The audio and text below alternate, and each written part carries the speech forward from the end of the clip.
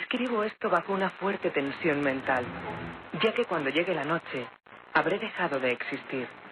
Sin dinero y agotada mi provisión de droga, que es lo único que me hace tolerable la vida, no puedo seguir soportando más esta tortura. Me arrojaré desde esta ventana de la buhardilla a la sórdida calle de abajo. Pese a mi esclavitud a la morfina, no me considero un débil, ni un degenerado. Cuando hayáis leído estas páginas, atropelladamente garabateadas, quizá os hagáis idea, aunque no del todo, de por qué tengo que buscar el olvido o la muerte. Fue en una de las zonas más abiertas y menos frecuentadas del anchuroso Pacífico, donde el paquebote en el que iba yo de sobrecargo cayó apresado por un corsario alemán. La Gran Guerra estaba entonces en sus comienzos y las fuerzas oceánicas de los hunos aún no se habían hundido en su degradación posterior. Así que nuestro buque fue capturado legalmente y nuestra tripulación, tratada con toda la deferencia y consideración debidas a unos prisioneros navales.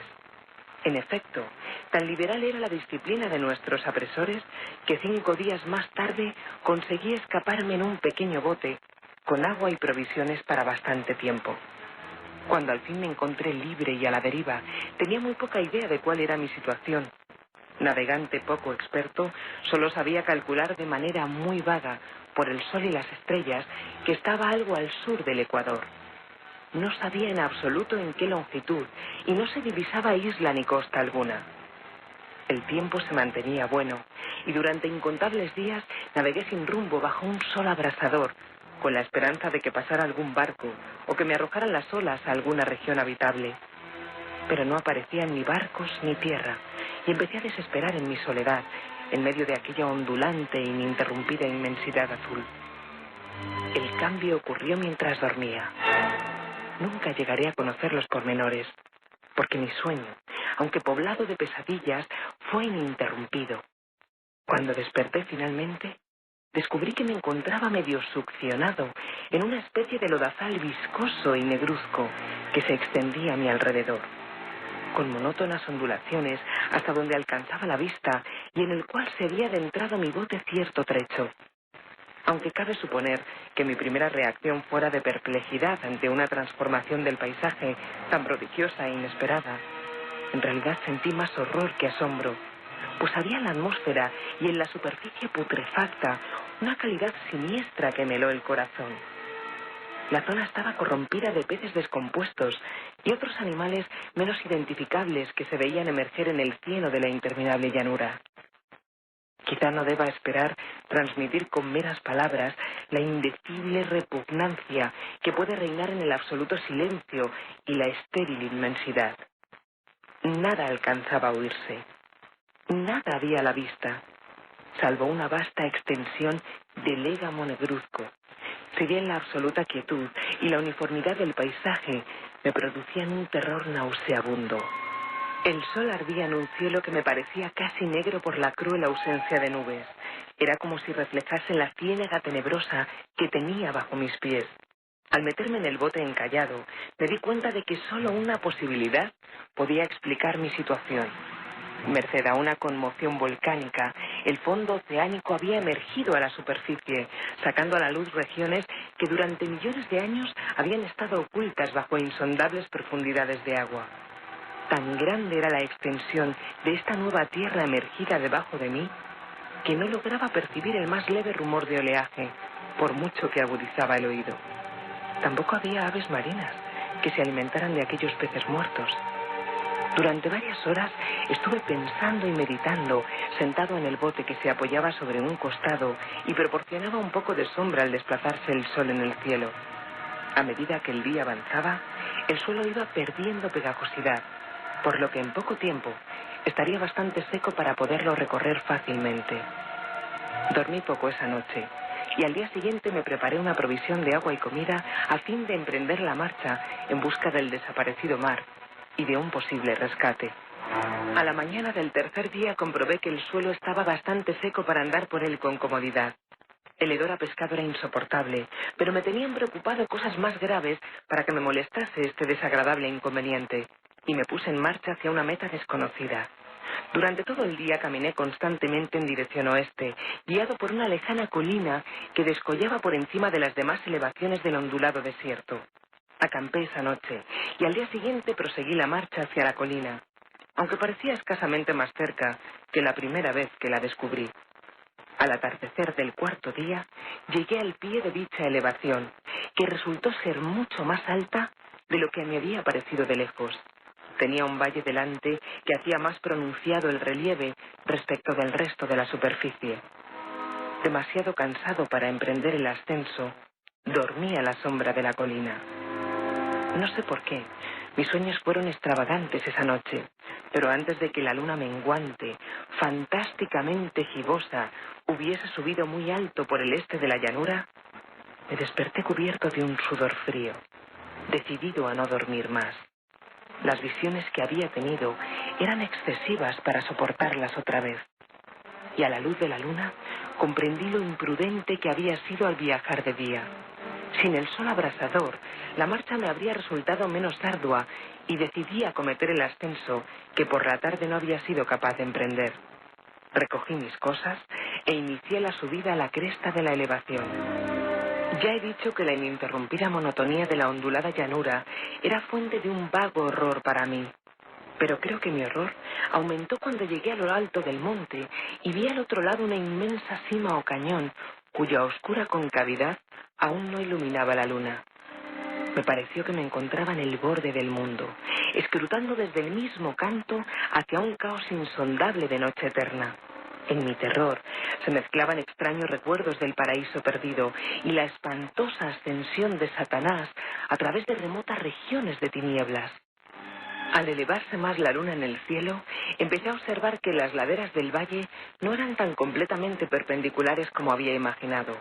La roca formaba cornisas y salientes que proporcionaban apoyos relativamente cómodos para el descenso, y a partir de unos centenares de pies, el declive se hacía más gradual.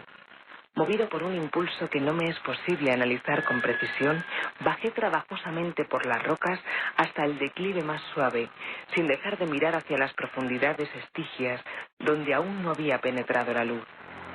De repente, me llamó la atención un objeto singular que había en la ladera opuesta, el cual se erguía enhiesto como a un centenar de yardas de donde estaba yo.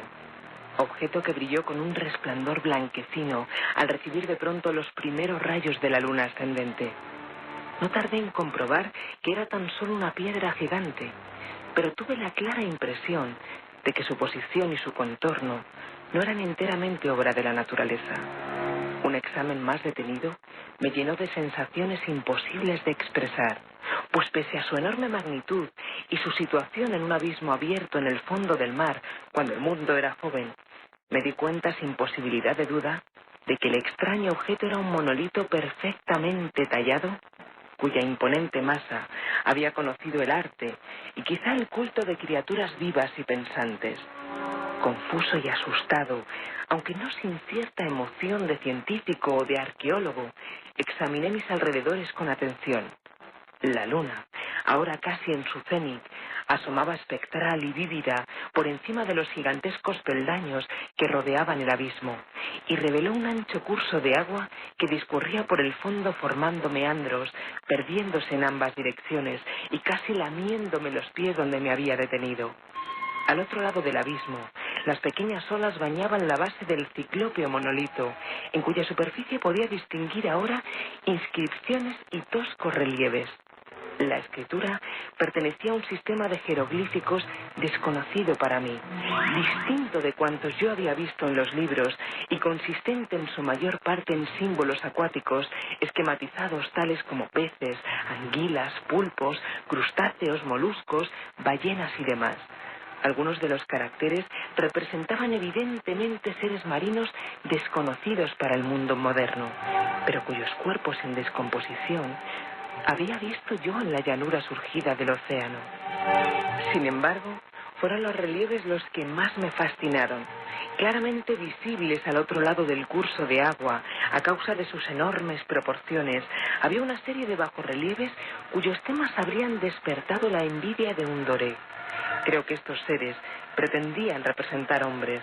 al menos cierta clase de hombres, aunque aparecían retozando como peces en las aguas de alguna gruta marina o rindiendo homenaje a algún monumento monolítico bajo el agua también.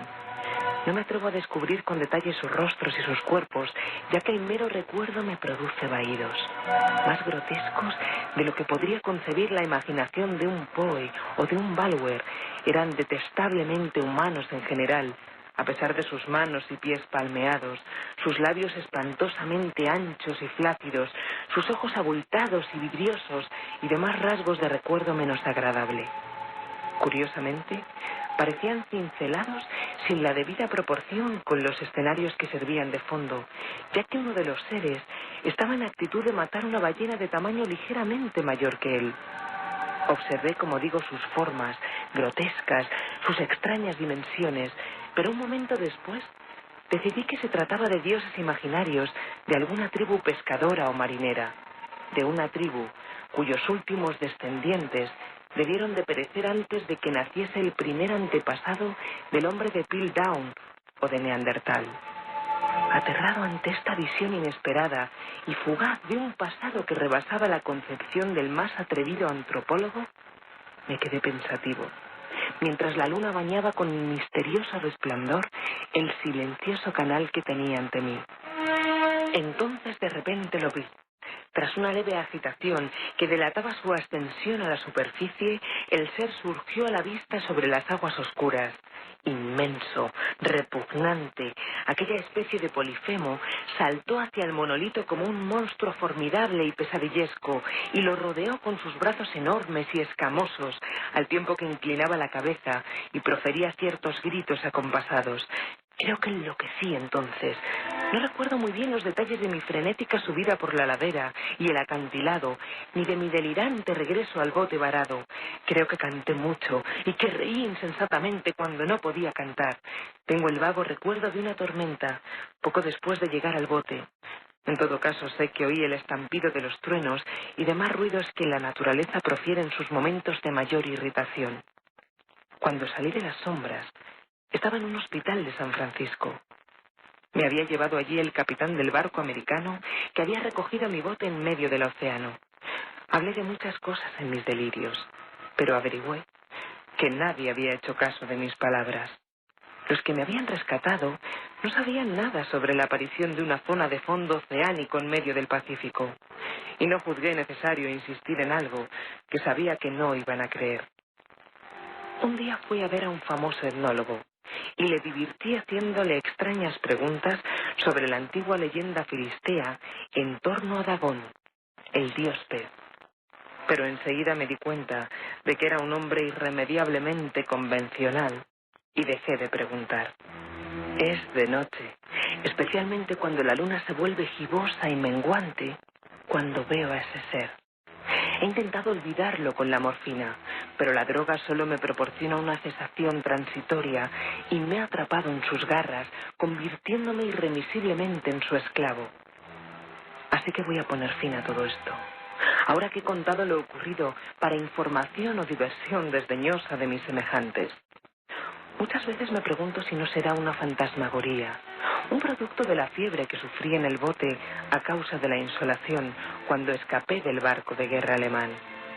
Me lo pregunto muchas veces, pero siempre se me aparece en respuesta una visión monstruosamente vívida.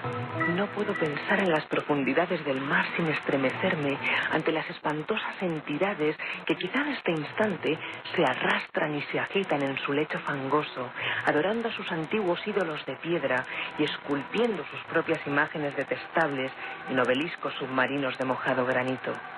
Pienso en el día que emerjan de las olas y se lleven entre sus garras de vapor humeantes a los endebles restos de una humanidad exhausta por la guerra, en el día en que se hunda la tierra y emerja al fondo del océano en medio del universal pandemonium.